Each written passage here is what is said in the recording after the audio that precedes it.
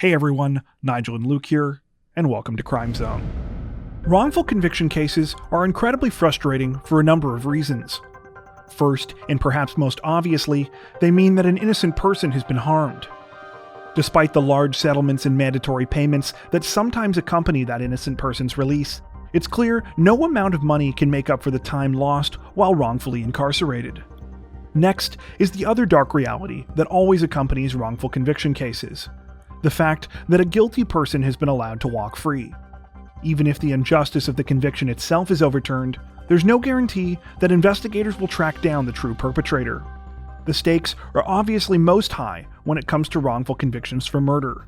Not only is there the potential to send someone away for the rest of their life or worse, if authorities arrive at the wrong conclusions, it could mean that somebody extremely dangerous has been allowed back onto the streets.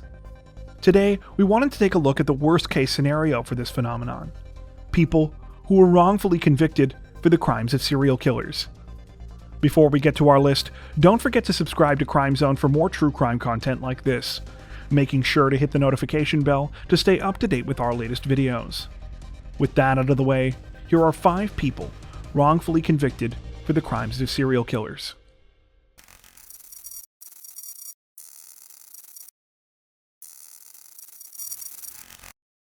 On the morning of November 12, 1995, the body of 28-year-old Brenda Way was found outside a low-rise apartment complex in Dartmouth, Nova Scotia. Her blood-stained clothes had been partially ripped from her body, which showed signs of a vicious attack. Her liver had been ruptured and her jugular cut. Despite this, she had almost no defensive wounds, indicating that her killer hadn't given her much of a chance to fight back. Though no one had heard or seen anything strange in the area the previous night, in the minds of those who knew Brenda, there was only one likely culprit: her ex-boyfriend, Glenn Assoon. For many, including police, this did not seem like a stretch. Brenda had been in a volatile relationship with Glenn for 3 years, one that often included domestic abuse. Brenda's drug habit and life as a sex worker had also complicated their relationship. When police initially questioned Glenn, it didn't seem like there was much more than a rumor to support the idea that he was responsible for Brenda's death. He had moved in with a new woman before the killing, and she and 2 other witnesses supported Glenn's alibi for the night of the murder. However, those around Brenda were sure of his guilt. Several months after the murder, Brenda's sister claimed to find a knife in a wooded area near the scene of the crime. She turned the weapon over to police, suspecting that it had been used in the murder. Despite the fact that investigators found no blood, DNA, or fingerprints on the knife, and that it had not turned up during multiple extensive searches of the area, police began to treat the knife as the murder weapon. After this, multiple suspicious witnesses began to pop up who implicated Glenn in the murder. One was a sex worker who claimed that he had confessed to her about killing Brenda, but only after she had been brought in by police for questioning about a separate incident. When one of Glenn's nephews was arrested for fraud in 1997, he too claimed that Glenn had confessed to him. While this was happening, the nephew's girlfriend suddenly turned up at the police station as well, and claimed that Glenn had also confessed to her. Finally, another sex worker claimed that Glenn had raped her in March of 1997 and had confessed to killing Brenda during the attack. After this slew of confessions, police issued a nationwide arrest warrant for Glenn, who by then was living in British Columbia. When Glenn heard about the warrant, he willingly turned himself into police, though continued to deny any involvement in Brenda's death. He was formally charged with the murder, and his trial began in 1999. During the court proceedings, the prosecution relied almost exclusively on the testimony of the multiple witnesses. To make matters worse, Glenn fired his court-appointed lawyer and insisted on representing himself, which he was not at all prepared for. He was convicted of second-degree murder and sentenced to life in prison without parole for 18 years. During his time in prison, Glenn never stopped protesting his innocence. However, it would take almost 2 decades to uncover the depths of the police misconduct in his case that led to his wrongful conviction. He started by working with a new lawyer and private investigator on his appeal. The new legal team was able to uncover severe inconsistencies in the statements made by witnesses who claimed that Glenn was involved in the murder. In one of these circumstances, a witness had actually placed him so far away from the crime scene that he could not have possibly been involved in Brenda's murder. Their investigation also unearthed the fact that police had considered several other suspects, but had never actually pursued them. Among these suspects was convicted serial killer Michael Wayne McGray. McGray was known to have been operating in the area at the time Brenda was murdered, and actually lived extremely close to the crime scene. He also admitted to knowing Brenda Way, and had moved out of the neighborhood just days after she was killed.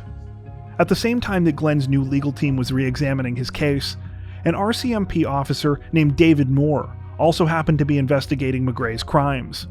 Moore was hoping to officially close some of the unsolved murder cases that had been attributed to the serial killer. Crucially though, he also decided to look at solved cases that seemed to fit McGray's profile.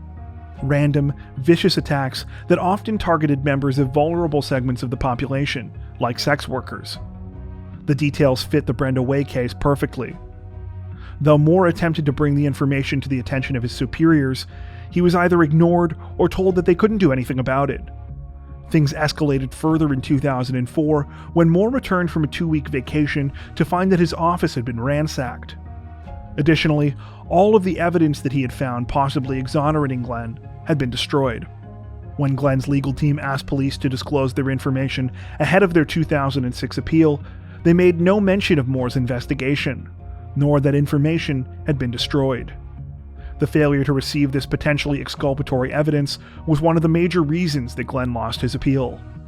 After the failed appeal, Glenn was contacted by an Innocence Canada lawyer named Sean McDonald, who took an interest in his case. McDonald was able to produce crucial new evidence in the case, yet again casting doubt on Glenn's conviction and pointing the finger at McGray. It turned out that the sex worker who had accused Glenn of raping her in 1997 had failed to mention to police that her attacker had claimed to live on a specific road in Dartmouth. Glenn never lived on that road, but McGray had shortly before he left town. She subsequently identified McGray as her true assailant. In 2014, Glenn was finally released from prison, though his conviction had not officially been thrown out. He would have to wait until March of 2019 for a new trial to take place, one where the prosecution declined to challenge Glenn's innocence. Despite ample evidence of police misconduct in the case, no one has yet been held accountable for Glenn Assoon's wrongful conviction. It remains unclear whether there will be a public inquiry into the handling of the investigation. Sadly, because of the destruction of evidence, it is an open question as to whether McGray will ever formally be charged with Brenda Way's murder. Though we believe the case against him is compelling enough to include him on today's list, whether he can ever be held legally accountable due to the botched investigation remains to be seen.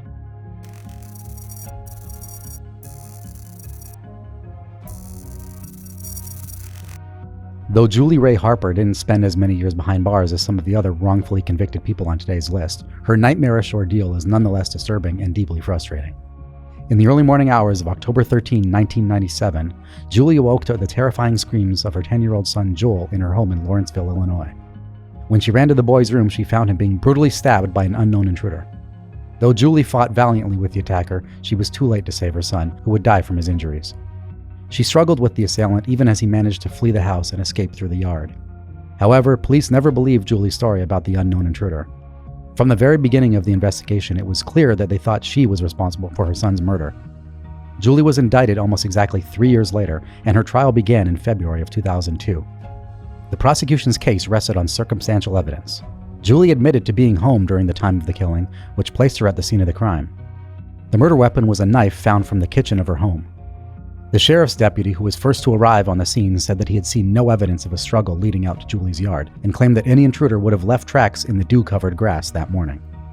In addition to these details, testimonies from Julie's ex-husband was also presented to suggest a possible motive. At the time of the murder, Joel had been in his father's legal custody, with Julie only granted weekend visitation rights. The ex-husband claimed that she had been bitter about the arrangement. He also claimed that Julie had wanted to have an abortion before their son was born. With her lone public defender outmatched by 3 prosecutors, Julie was found guilty of her son's murder and was sentenced to 65 years in prison. However, when Julie's story appeared on the news, it caught the attention of true crime writer Diane Fanning. At the time, Fanning was working on a book about the serial killer Tommy Lynn Sells and noticed several similarities between Julie's description of her son's attacker and crimes committed by Sells. By that time, the serial killer had been convicted of a similar child murder in Texas, though it was known that he was likely responsible for many more. When Fanning contacted him regarding Joel's murder, he confessed, saying that he believed he had killed the boy just 2 days before he killed 13-year-old Stephanie Mahaney in Missouri. In particular, he described taking a knife from the kitchen and struggling with the woman when she had discovered him in the home. The confession was enough to attract the interest of the Downstate Illinois Innocence Project, who were further able to corroborate Sells' confession with details originally provided by Julie on the morning of her son's murder. Among the 53 points of agreement in their stories was that Julie had clung onto Sells' leg while he had tried to flee the scene and was dragged through the house. She had sustained rug burns on her leg during this, which were observed at the time by a nurse at the hospital. In addition to Sells' confession, the Downstate Illinois Project discovered evidence of police perjury at Julie's trial. The sheriff's deputy who described seeing no evidence of an intruder leaving through the yard never mentioned going into the yard in his initial report, despite the testimony he had given at trial. This evidence had been withheld from Julie's defense team. Furthermore, it was concluded that on the morning of the murder, the weather would have been dry, so the claim about the dew-covered grass was likely false. The combined strength of this evidence was enough to get Julie's conviction reversed by the Illinois Appellate Court in June of 2004, and a new trial was ordered. Rather than choosing to drop the case in the face of this new information, the state rearrested Julie moments after the court decision, planning to hold her until she could be retried for her son's murder. She was released on bond a week later after supporters rallied to secure the money for her release. When the case finally went to trial for a second time in the summer of 2006, Julie was found not guilty. A major reason for this was the new evidence presented to the jury, part of which included the confession of Tommy Lynn Sells.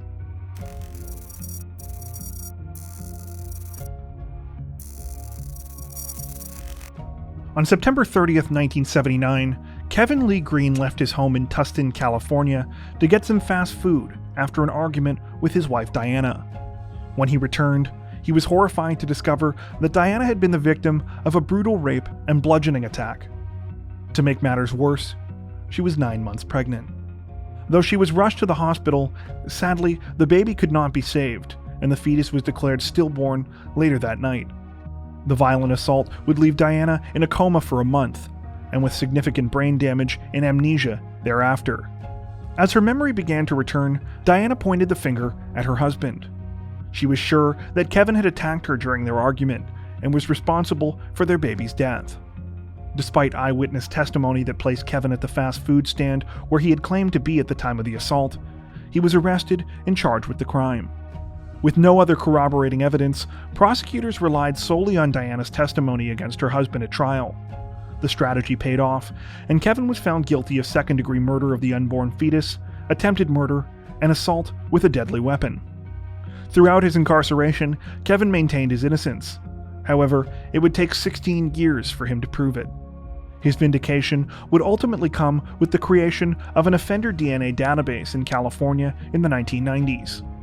Around this time, police were investigating a series of cold case rapes and murders that had taken place in the Tustin and Costa Mesa areas between 1978 and 1979.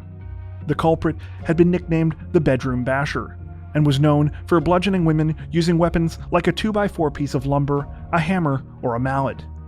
Using the newly created database, police were able to locate a suspect, a man named Gerald Parker. Not only was Parker linked to 5 of these unsolved murders, his DNA was a match to vaginal swabs taken from a 6th victim, Diana Green. Parker was well known to law enforcement by the time the DNA match to the unsolved cases was found. He had previously been convicted for rape and assault, as well as several robberies.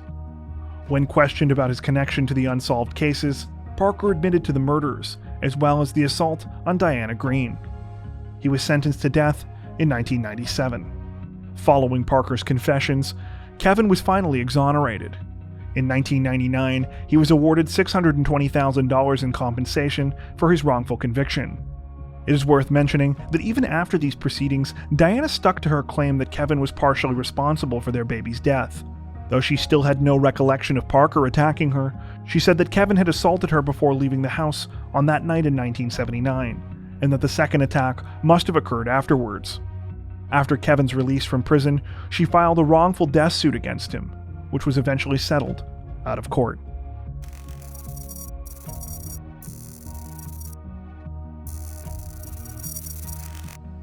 In February of 1963, 19-year-old John Button's life would change forever when he had a fateful argument with his girlfriend, Rosemary Anderson, over fish and chips.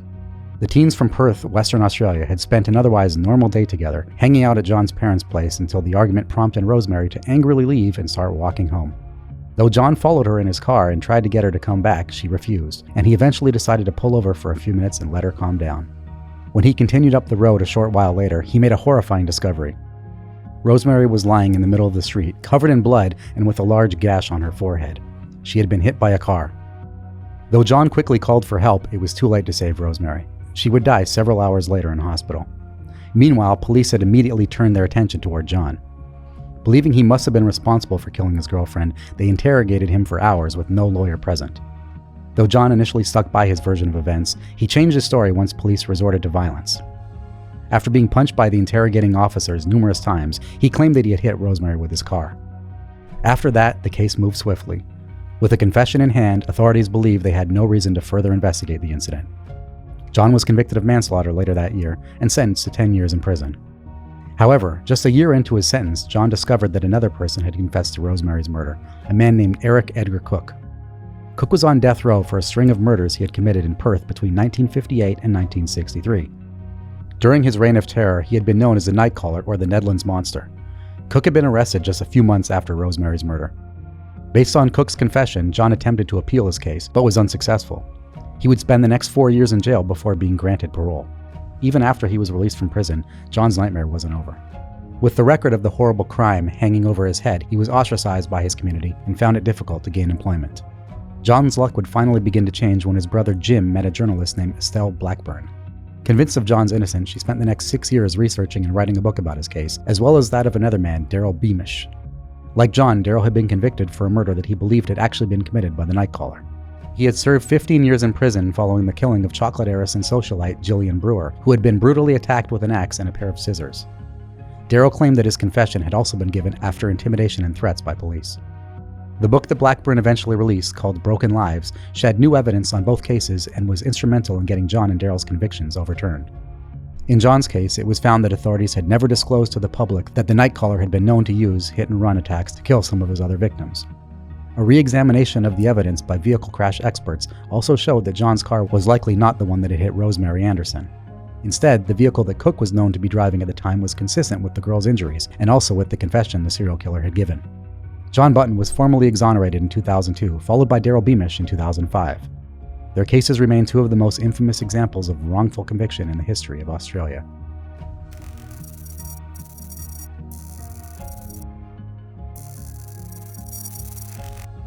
Of all the stories on today's list, none fits the theme better than the case of Jerry Frank Townsend.